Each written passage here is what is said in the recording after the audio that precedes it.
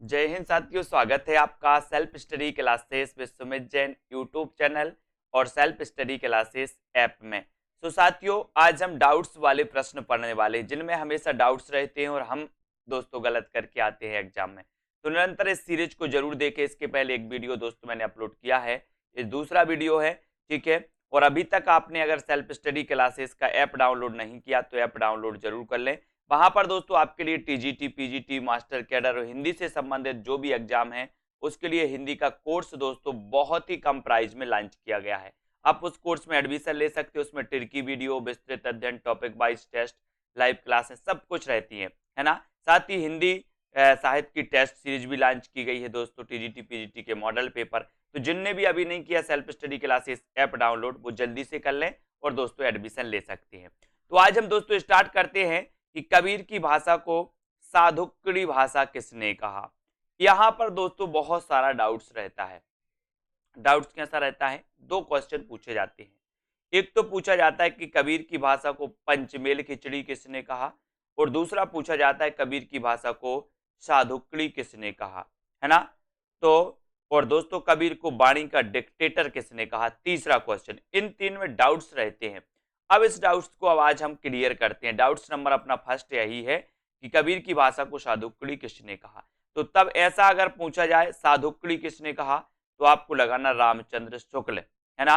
और अगर आपसे पूछा जाए कि कबीर की भाषा को पंचमेल खिचड़ी किसने कहा तो पंचमेल खिचड़ी किसने कहा, श्याम सुंदर दास ने। अब बोले सर इसको कैसे याद रखेंगे, तो आपको पता है जब पंचमेल खिचड़ी बनेगी तो वो खराब बनेगी या फिर सुंदर बनेगी। बोले सर बहुत ही सुंदर पंचमेल खिचड़ी बनी, सुंदर बनेगी ना पंचमेल, तो श्याम सुंदर पंचमेल कहेंगे और रामचंद्र शुक्ल क्या कहेंगे, साधुक्कड़ी कहेंगे, है ना। ये आपको याद रख लेना।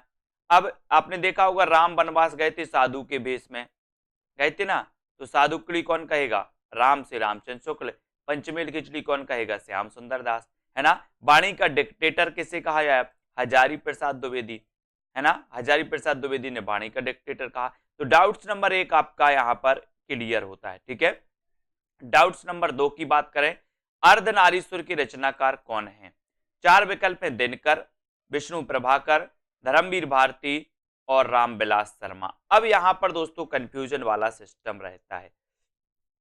अर्धनारीश्वर की रचनाकार कौन है ये आपसे पूछा जाता है, तो आपको यहां पर याद रख लेना दोस्तों कि अर्धनारीश्वर एक तो दिनकर की भी रचना है और दूसरा विष्णु प्रभाकर की भी रचना है। लेकिन आपको कैसे याद रख लेना दोस्तों, दिनकर का ये क्या है, निबंध है। दिनकर का ये क्या है, अर्धनारीश्वर निबंध है। जबकि विष्णु प्रभाकर का ये क्या है दोस्तों, उपन्यास है, ठीक है। इसको अपन को याद रख लेना है। दिनकर का क्या है, निबंध, विष्णु प्रभाकर का क्या है, उपन्यास।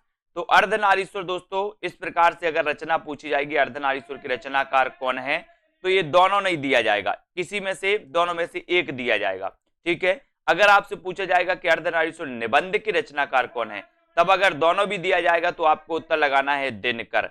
आपसे पूछा जाएगा अर्धनारीश्वर उपन्यास की रचनाकार कौन है, दोनों भी दिया जाएगा तो आपको क्या लगाना है दोस्तों, विष्णु प्रभाकर। तो विष्णु प्रभाकर का अर्धनारीश्वर क्या है, उपन्यास, और दिनकर जी का क्या है, निबंध, ठीक है। तो ये डाउट्स नंबर दो आपका क्या होता है, क्लियर होता है, ठीक है। अब दोस्तों यहां पर आते त्रिशंकु के रचनाकार कौन है। ये त्रिशंकु कई बार रचना पूछी गई दोस्तों। त्रिशंकु, त्रिशंकु के रचनाकार कौन माने जाते हैं, तो त्रिशंकु देखो तीनों की रचना है दोस्तों। अज्ञेय की भी रचना है, ब्रजमोहन सिंह की भी रचना है और मन्नू भंडारी की रचना भी त्रिशंकु है।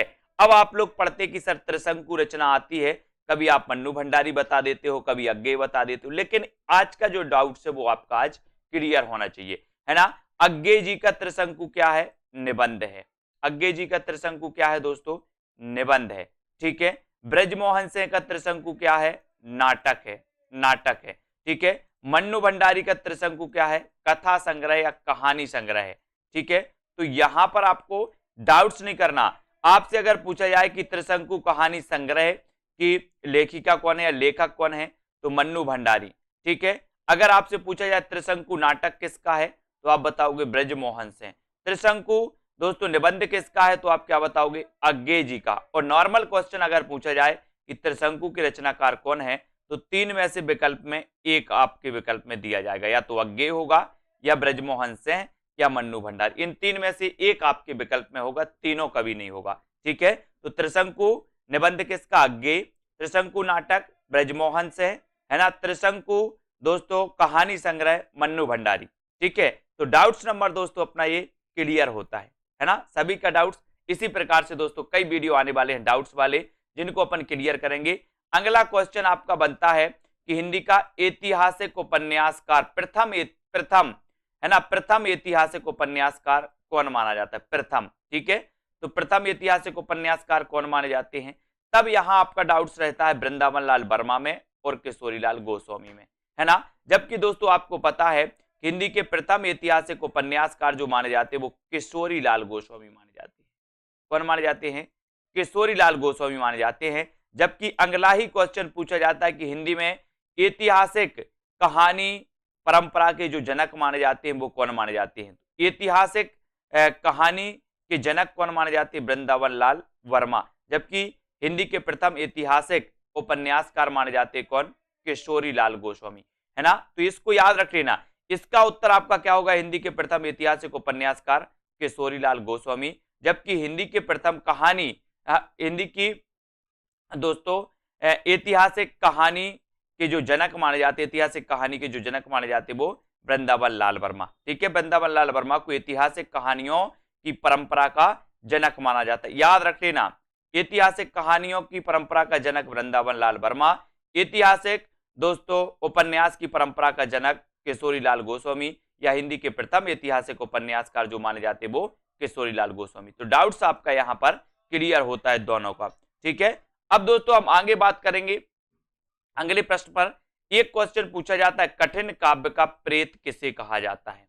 कठिन काव्य का प्रेत किसे कहा जाता है? और दूसरा क्वेश्चन पूछा जाता है कठिन गद्य का प्रेत किसे कहा जाता है? दोनों में लोग कंफ्यूज होते हैं, कठिन काव्य का प्रेत और कठिन गद्य का प्रेत। तो यहां पर एक चीज आपको याद रखनी है कि दोस्तों काव्य अगर पूछा जाए तो काव्य का प्रेत आपका उत्तर होगा केशव दास, और अगर काव्य की जगह गद्य पूछा जाए तो गद्य में आपका उत्तर होगा अज्ञेय। कॉमन सेंस कैसे लगाओगे? बोले सर केशव दास ने काव्य ही लिखा है, केशव दास ने क्या काव्य रचना ही की है, तो कठिन काव्य का प्रेत केशव दास को ही कहा जाएगा। जबकि दोस्तों अज्ञेय ने आपने काव्य रचना भी की है ना, गद्य में भी इन्होंने दोस्तों रचनाएं की हैं। तो कठिन गद्य का प्रेत अज्ञेय, कठिन काव्य का प्रेत केशव दास। दो क्वेश्चन यहां पर डाउट्स वाले बनते हैं, और दोनों क्वेश्चन आते परीक्षा में हमेशा गलत होते हैं डाउट्स में। कठिन काव्य, तो काव्य किसने लिखा? केशव दास ने, तो केशव दास, है ना। कठिन गद्य, तो गद्य दोस्तों अज्ञेय, है ना। याद रख लेना, यहां से क्वेश्चन आते हैं। और केशव दास रीति काल के प्रवर्तक माने जाते हैं। आपको पता है डॉक्टर नगेंद्र आदि विद्वानों ने केशव दास को ही रीति काल का प्रवर्तक माना। अगर यहां से भी क्वेश्चन आता है रीति काल का प्रवर्तक किसे माना जाता है, नॉर्मल अगर क्वेश्चन पूछा जाता है तो उत्तर होता है केशव दास, है ना।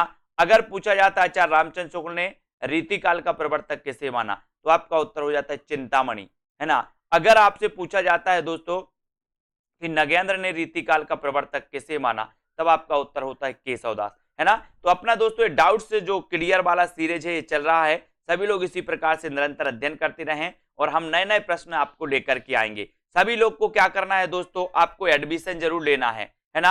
आपको self study classes app download करना है, उसमें एडमिशन ले लें। ऐसे कई प्रकार के जो डाउट्स आपके रहते हैं, जो परीक्षा में हमेशा प्रश्न गलत होते हैं, उन डाउट्स पे दोस्तों हम चर्चा करेंगे, उनको क्लियर करेंगे, है ना, और अपनी तैयारी को बहुत आगे बढ़ाएंगे। ठीक है, जब आप 1-2 नंबर से परीक्षा में रह जाते हो तो दोस्तों आपके लिए कोर्स ज्यादा बड़ा महंगा नहीं पड़ता। जब आपको लगता है कि आज हमने कोर्स लिया होता तो हमारे भी डाउट्स क्लियर हुए होते, है ना। तो ये कोर्स की प्राइस दोस्तों 20 तारीख तक 1099, यानी कि दोस्तों 20 अप्रैल तक। तो जिन भी साथियों को इसमें प्राइज में लेना है, मॉडल टेस्ट पेपर 450 में, हिंदी साहित्य की दोस्तों टेस्ट सीरीज जो है 3000 प्रश्नों की वो 400 में। तो इस प्रकार से दोस्तों ऑफर आते रहते अलग अलग प्रकार से, तो आप अपने समय के अनुसार दोस्तों ऑफर देखते रहें सेल्फ स्टडी क्लासेस दोस्तों ऐप में, और अपने कोर्स को जरूर परचेस करें। ठीक है, वीडियो को लाइक और अपने मित्रों तक शेयर जरूर करें। जय हिंद।